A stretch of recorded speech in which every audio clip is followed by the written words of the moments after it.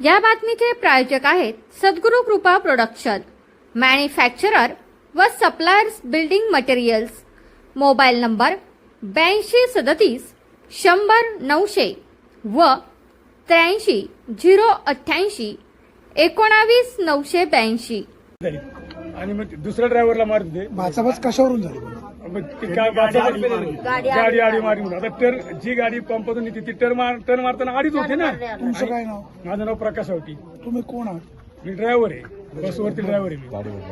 किंवा फळ कोणाचा आहे हा? विठाबाई भाऊ मग नारायणगावकर. किती वाजता घटना घडली? इथं कोण आहे? एपीआय का पीआय? कारण काय आलं?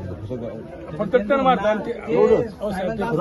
ते फुल केलेलं गावाले बी तक्रार देतो तुम्ही बी. गावाला यार ते आमची बाजूच मांडून घ्यायला तयार नाही. बाजू मांडून घ्यायला झालं. आम्ही नाही मग कोणत्या मारत होतो आपण. डिझेल टाकून बाहेर काढतो. त्यांनी आपल्या माणसांना मारले, आपण त्यांच्या माणसांना मारले का? ज्यावेळेस आम्ही डिझेल टाकून गाड्या बाहेर काढत होतो, बाहेर काढताना मोटरसायकलवर 4-5 मोटरसायकल येत होत्या. म्हणजे थोडा रस्ता होता नॉर्मल जाण्यासाठी.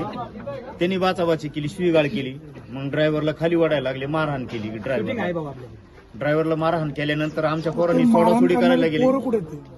ती पोरं काय पाठवले त्यांनी ग्रामस्थ पाठवले. पहिले 4 होते, एक आणलेले. नंतर 15 जण ते सांगू शकत नाही एवढी माणसं. 40 माणसं होती. फोनवर माणसं हे माणसं मला तरी बोलता येत नाही तुझे मारल्यामुळे त्यांनी. फोनवर माणसं आणि आमच्यातले जे सोडवायला जायचे का त्यांनाच मारहाण त्यांनाच करायची. मारले. आणि ते वायरमॅन आणि विचार नाही, कोणालाच कोणी विचारित नाही. आम्ही म्हणतो कशावरून काय झालं? 3 जण ऍडमिट आता 2 सवाल एक लेडीज आणि 2 एका लेडीजला पोटरला होता घातला. एका पोराला दगडाने मारलं, ते 6 टाके पडले. साहेब त्यांना पण भेटला. साहेबांना भेटलं, त्यांना भेटलं. श्वास घेता येत नाही. त्या लेडीच्या छातीवर पोटात लाथ मारले. भंडारी गावामध्ये गारगावते. ते पोरं भाऊ असा असतो. अरे बापरे.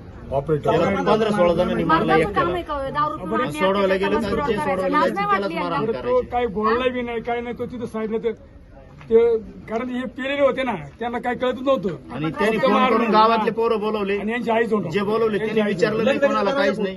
डायरेक्ट मारहाण केली. डायरेक्ट लक्झरीच्या काचा फोडल्या, मुलीला ओढायला लागले. स्वतः दराजात उभा होतो. त्यांनी दगड मारले, लाथा मारू त्यांनी काचा फोडल्या गाडी. दार तोडून टाकले. ती गाडी आहे ना, लग देतो फोटो घेते. गाडी आणलेली आपण. सुरेश भाऊ, तुम्ही काय सांगाल? असं एक तमाशा कलाकारांना अशा प्रकारचा अन्याय झाला असेल आणि पोलीस प्रशासन जर दुर्लक्ष करत असेल तर काय सांगाल? साहेब, हा फार निंदनीय प्रकार आहे. माझे सहकारी मित्र मोहित सावंत यांचा मला फोन आला की आमच्या तमाशा फडावर हल्ला झालाय घारगावच्या तिथं, घारगावच्या पुढे. आता मला पहिलं असं वाटलं गावच्या यात्रा असतात, मला वाटतं तमाशात भांडणं झाली काय, यात्रेत भांडणं झाली काय.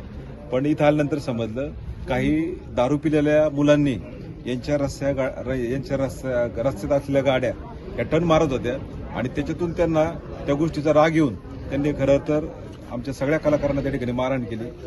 मारहाण करताना त्यांनी पाहिलं नाही की आमच्या महिला कलाकार आहे, मुली आहेत. आणि शिवजन्मभूमीला नारायणगाव तमाशा कला पंढरीला खरं तर ही कला पंढरीच्या दृष्टीने खरं तर ही निंदनीय गोष्ट आहे. मी खरं तर ही जे कोण आरोपी असतील त्यांना इथं कोणी पाठीशी घालण्याचं कारण नाही.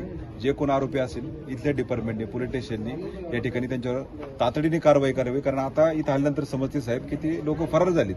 महिला कलाकारांना मारहाण करण्याचं नेमकं कारण काय? त्यांनी तेच सांगितलं की आम्ही कारण काहीच नाही. तुम्हाला मारलं तर समजू शकतो ना. महिला आडव्या झाल्या, आमच्या महिला मध्ये गेले म्हणून त्यांना मारहाण केली. सोडवायला महिला सोडवायच्या. तुमच्या पाया त्यांना पडतो गाडीतनं म्हणून वळवून गाडी मारायला शिरून लागले. पोटात लाथा मारल्या त्या महिलाच्या.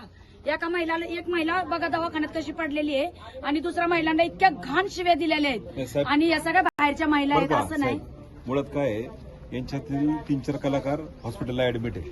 आणि खरं तर महिला कलाकारांपर्यंत जर कोणी जर मारत असेल, आज शेवटी महिला तरी पाहिलं पाहिजे ना त्यांनी.